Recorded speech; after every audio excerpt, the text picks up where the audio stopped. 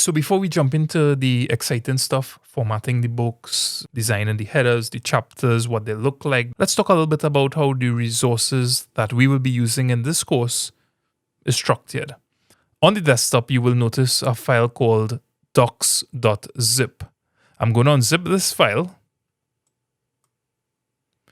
just so we could review the contents that we have access to. Once the file is unzipped, you'll notice 4 items. The file we are most interested in is manuscript.doc. Manuscript.doc includes 3 short stories. The content of these stories do not matter. This is simply here for presentation purposes. There's a short story called A Case for Exemption. On page 21, there is a short story called In the Desert, and there's a short story called Mouse in the House. Manuscript.doc represents the file that we will modify throughout this course, bringing it towards the final product.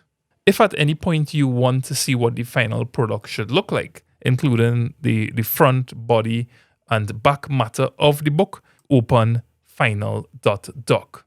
Final.doc includes the half title page.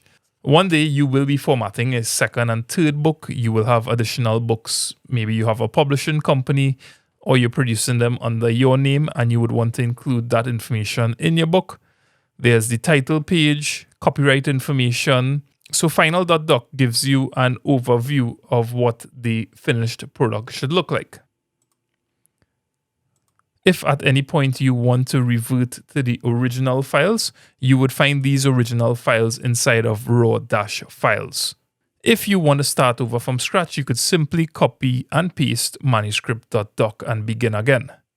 To go back to the docs folder, there's also a file called src.zip. Inside of src.zip, you will find the unmodified version of these very same files. If at any point you accidentally make changes and want to revert to the original contents, simply unzip this file and start fresh.